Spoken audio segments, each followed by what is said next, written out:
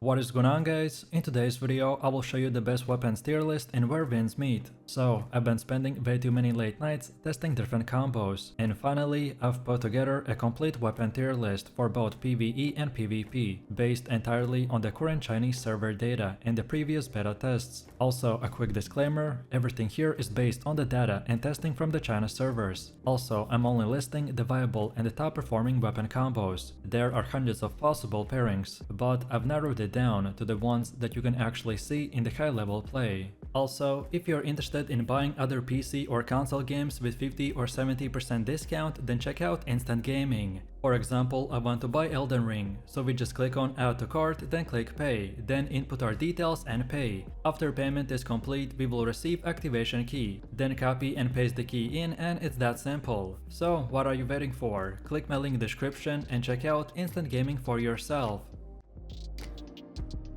So let's get into it, and starting with the PvE tier list. First up, we got one of the most visually impressive combos in the game, the fan and the sword, which gets to be in the B tier. You've probably seen clips of players hovering into the mid-air, throwing waves of the wind energy, and well, this is that setup. It's stylish, extremely fun to play, and easy to pick up. The airborne version will look incredible, but the grounded one actually will hit a little harder. However, the main downside is that it doesn't scale as high in the damage as the other weapons in the endgame. Still, it's smooth, flashy, and reliable for daily farming. I'd put it firmly at a solid B tier for PvE. Then next we got a classic beginner combo, the sword and the spear. This is the starting weapon pair that you will see most new players running, and for a good reason. It's well balanced, has good AoV coverage, and is perfect for learning basic combat mechanics. You can take it into the guild bosses or open world PvE without feeling underpowered, but its damage ceiling is not as high as the more specialized combos. Overall, it's a B tier setup that's dependable but not meta breaking.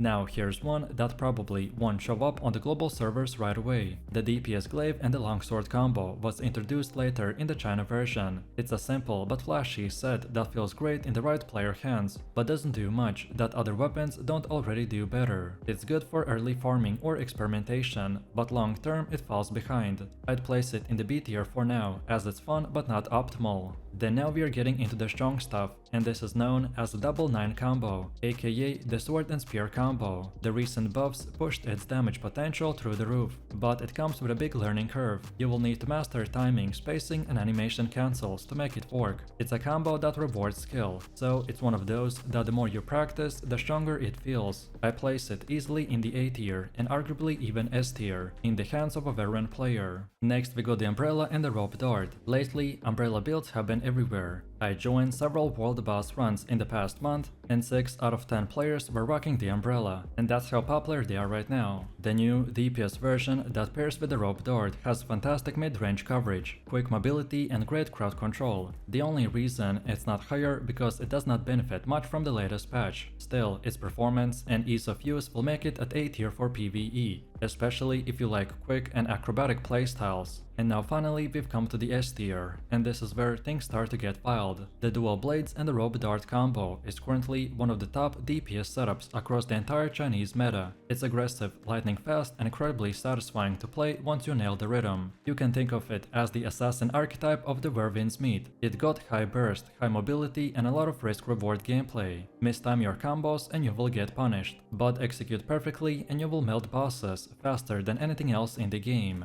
It's easily S tier, though rumored to be due for a nerf soon. Next up we have the glaive and the spear. This one's the comeback king of the latest patch. It used to sit in the lower tiers until a series of buffs turned it into a monster. The synergy between the Thundercry and the Thunderstorm now delivers some of the best burst damage in PvE. It's got a satisfying rhythm and a simple input chain, so it's great for players who want high numbers without sweating perfect rotations. This is a consistent S tier build that's dominating right now. And finally we have the umbrella and the fan combo, which is the best healer build in the game. This combo set is absolutely essential in group PvE. It's currently the only true healing support combo available, which means it automatically ranks in the S tier. Healing in Vervin's Meat is not as punishing as in other MMOs. Your job is to sustain, shield and manage cooldowns, rather than hard heal through the damage spikes. It's easy to pick up, very team friendly, and always in demand for the raids and dungeons. And that's it. This covers the current PvE meta. And remember, I'm skipping low performing or outdated combos. Every weapon that I mention here is actively used in the high level PvE on the China servers and is expected to do very well on release. So now, let's shift gears and talk about the PvP tier list, where things get a lot more competitive, and balance works a bit differently. First we got the sword and the spear. This time we are starting off at the top, because this combo deserves it. This build actually won the championship on the China servers, which tells you everything you need to know. It has incredible pressure potential, strong counters and ridiculous flexibility. The players who can react fast and chain combos smoothly will dominate 1v1s with this setup. It's complex and demanding, but in the right hands, it's basically unstoppable and definitely an S tier for PvP. Next we have the dual blades and the rope dart. This combo that shredded PvE also rules PvP. Its fast animation chain and unpredictable attack patterns will make it one of the deadliest close-range setups in the game. It's especially strong against slower or defensive builds, and once you get momentum, you can chain pressure until your enemies can't even react. It's extremely strong but risky to play, as it got that high skill and high reward playstyle. Next we have the Longsword and the Glaive, and as in the PvE tier list, the Longsword most likely won't come out on release, so just keep it in mind. This is one of the most balanced setups in PvP right now. The hybrid between the new Longsword and the tank-oriented Glaive will give you both the reach and survivability.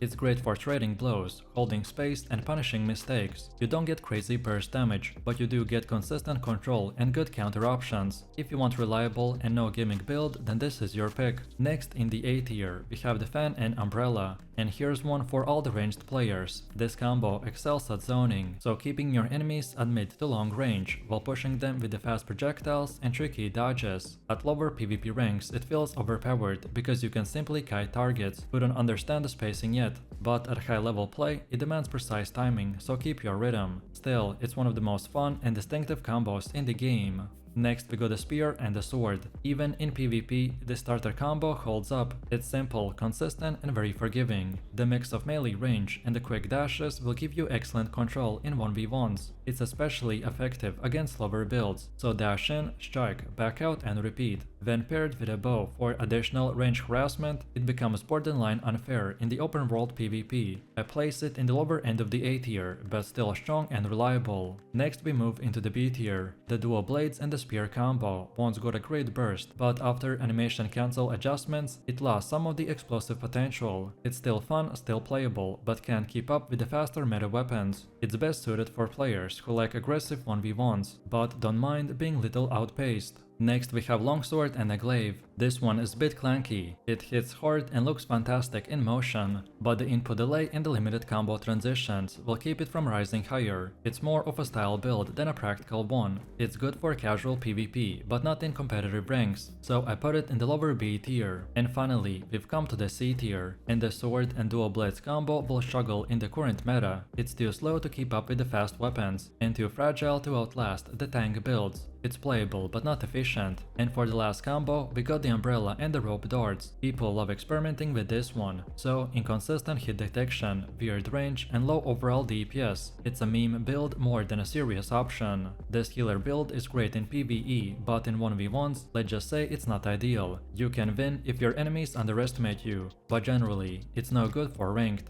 This is the current PvP meta according to the Chinese server data. So, this current patch is focused on fast, aggressive and dominated by the hybrid builds that reward quick reactions and animation cancels. No matter if you prefer high skill stealing weapons like the dual blades or something more balanced like the Glaive, there's always a lot of room to experiment and still be competitive.